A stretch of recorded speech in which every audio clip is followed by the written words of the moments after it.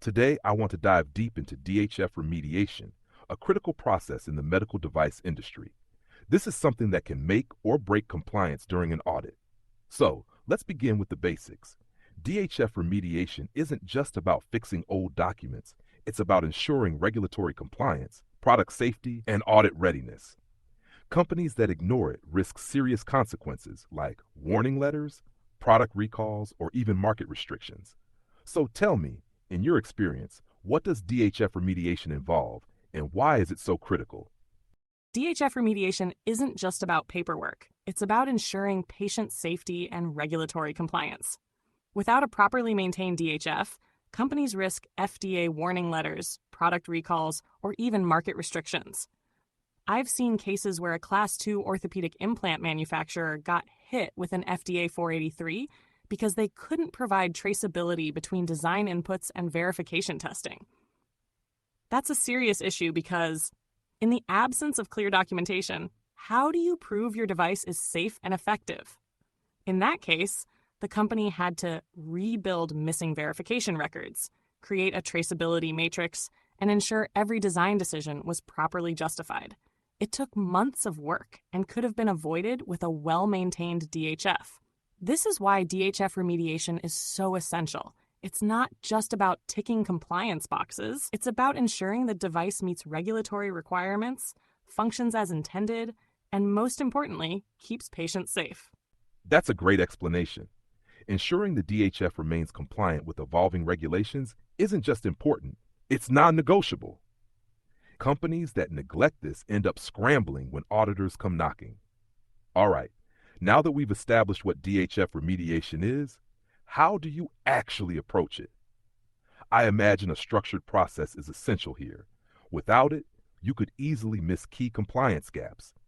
There's so much to cover, from risk management to verification testing, right? So walk me through the step-by-step process you follow when remediating a DHF. How do you ensure nothing is overlooked? DHF remediation is a structured process. If you don't follow a clear plan, you're setting yourself up for incomplete documentation, audit findings, and potential compliance risks. Here's the approach I take. Gap analysis. Identify missing, incomplete, or outdated documents. 2. Remediation plan. Define what needs to be fixed, assign ownership, and set priorities. 3. Update, create documentation. Ensure all design history elements align with regulations. 4. Review and approval. Cross-functional teams validate and approve the updated DHF. 5. Ongoing change control. Implement systems to prevent future compliance gaps. For example, I worked on a drug delivery device where the risk management file was missing. The team performed a gap analysis, identified that no FMEA or hazard analysis had been conducted, and worked with engineers to reconstruct the missing assessments. We also built a traceability matrix linking design inputs to risk controls and verification testing, ensuring the entire design process was compliant with FDA and ISO 14971. This approach ensures that DHF remediation is thorough, structured, and most importantly, effective. Gap analysis is the most critical step in DHF remediation. If you don't get this right, you'll end up with serious gaps in documentation that could fail an audit. That's a well-structured approach. Starting with a gap analysis and working towards a solid remediation plan ensures that every missing piece is identified and corrected. It also saves companies from last-minute firefighting when auditors request documentation. Speaking of gap analysis, this is where most teams either get it right or completely fail. So let's talk about that in more detail. This part always fascinates me because every company has gaps, but how you identify and prioritize them makes all the difference. There's a huge risk if critical design history is missing, especially for high-risk devices. So tell me, what's your approach to conducting a comprehensive gap analysis? Here's how I approach it. 1. Compare the existing DHF to regulatory requirements. FDA 21 CFR 820, ISO 13485, IEC 62366. 2. Check for missing or incomplete documents. Are all design inputs, outputs, risk assessments, and verification reports traceable? 3. Prioritize gaps based on compliance risk. Missing verification? That's critical. Minor formatting issues, lower priority. I once worked on an insulin pump DHF remediation, and during the gap analysis, we found that while verification test reports existed, there was no documented rationale for why certain tests were selected. That's a major red flag in an audit. We had to develop a design verification plan, document the testing rationale based on risk, and create a clear traceability matrix from design inputs to verification outputs. That's why a strong gap analysis is key. It ensures every missing link is identified before an auditor does. Good explanation. Prioritizing gaps based on compliance impact and product safety is so important. If you don't tackle the high-risk areas first, you're setting yourself up for failure when an auditor digs in. But let's be real, DHF remediation isn't easy. What are the biggest roadblocks you faced in this process? I've seen companies struggle with missing documents, outdated risk files, and engineers leaving without documenting design history. It's a mess. If you don't have a strategy to handle these challenges, remediation can feel impossible. So from your experience, what are the most common challenges in DHF remediation, and how do you tackle them? DHF remediation is never smooth sailing. Some of the biggest challenges I've faced include missing or incomplete documentation. In one case, we had to work with engineers to reconstruct design history from archived test data. Evolving regulatory standards. What was compliant 10 years ago may not be compliant today. Staying updated with FDA, ISO, and MDR changes is critical. Resource constraints. DHF remediation takes time and effort, so getting buy-in from management is essential. Lack of historical design knowledge. In one project, key engineers had left the company, so we had to dig through engineering change orders and interview senior team members to recover lost design rationale. For example, I worked on a cardiac catheter project, and the biggest issue was that there was no documented design rationale for key components. We had to reverse engineer justifications, consult similar historical devices, and establish a structured design review process to prevent this issue in the future. That's a very practical approach. Missing documentation and resource constraints are real-world problems.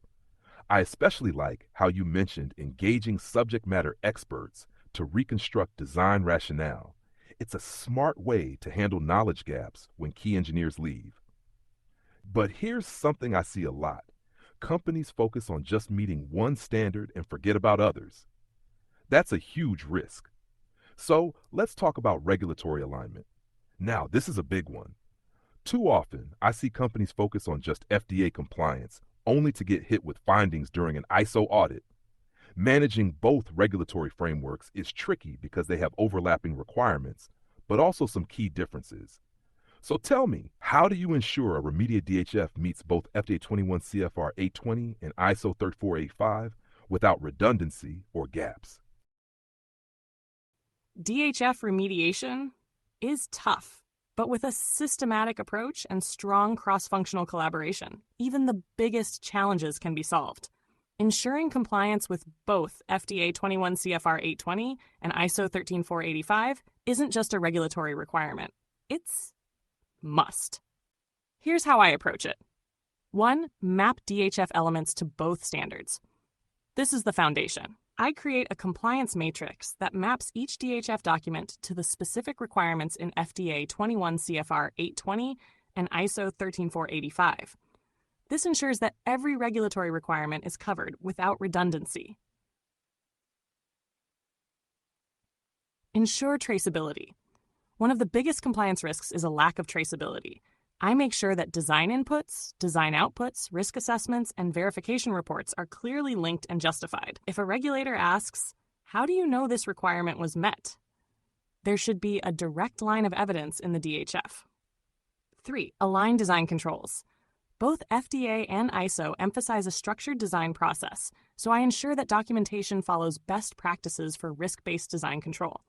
This includes clear documentation of design inputs and outputs, verification and validation activities linked to risk controls, change control processes that ensure modifications are properly documented. 4. Pre-audit checks. I conduct internal audits before external regulators step in. This includes mock FDA inspections and ISO audits to ensure there are no gaps or nonconformances. For example, I worked with a home use diagnostic device company that had been focused primarily on FDA compliance. During an ISO 13485 audit, the auditor flagged missing risk documentation because O requires a continuous risk management approach, whereas the company had only considered risk during initial design.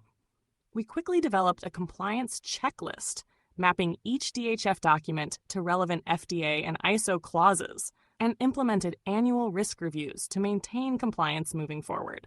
Taking a proactive, structured approach like this ensures that DHFs are fully compliant, audit-ready, and aligned with global regulatory expectations.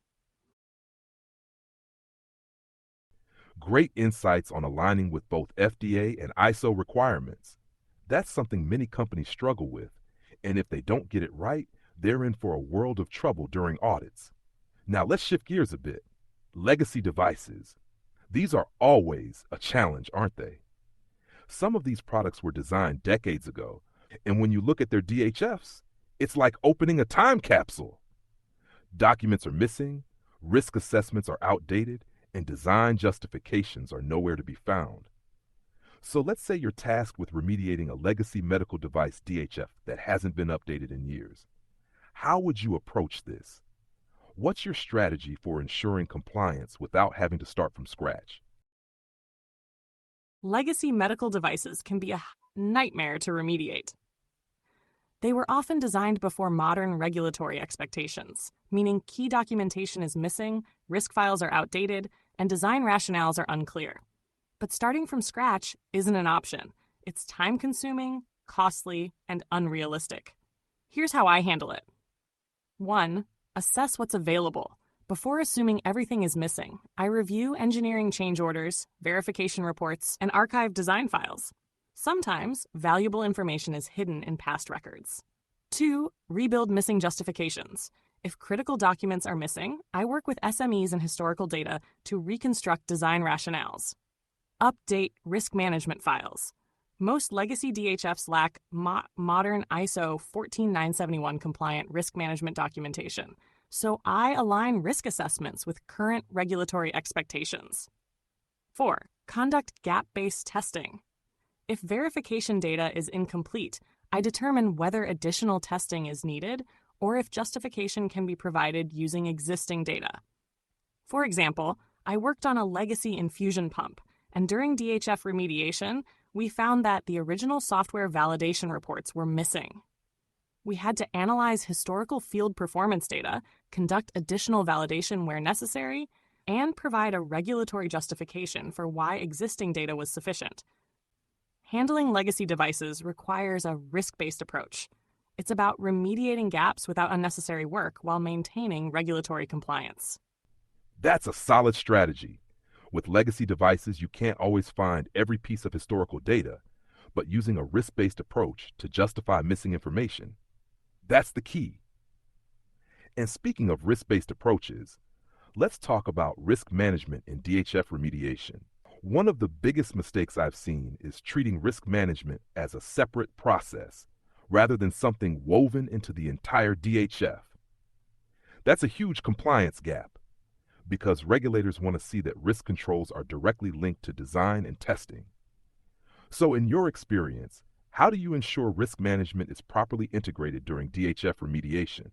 What steps do you take to align with ISO 14971 and prove that all potential hazards have been addressed? How do you ensure all design modifications are accurately captured during DHF remediation? Risk management isn't just a separate document in the DHF. It should be integrated into every phase of the design process. Regulators expect clear traceability between risk controls, design decisions, and verification activities. Here's my approach to integrating risk management into DHF remediation. 1. Review the existing risk file. Many older DHFs lack a proper risk management file or have outdated hazard analyses. 2. Link risk controls to design elements. I ensure that design inputs, outputs, and verification activities are tied to risk mitigation measures. 3. Update FMEA and hazard analysis. If failure modes aren't properly addressed, I work with engineers to update the failure modes and effects analysis, FMEA, and hazard analyses.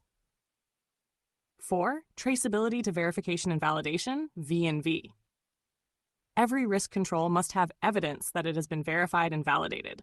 For example, I worked on an implantable cardiac device, and during DHF remediation, we found that risk controls for battery failure were not properly linked to design verification. We updated the risk file, conducted additional verification testing, and established a clear traceability matrix between risk controls and testing results. This approach ensures risk management isn't just a document, it's an active part of the design and remediation process.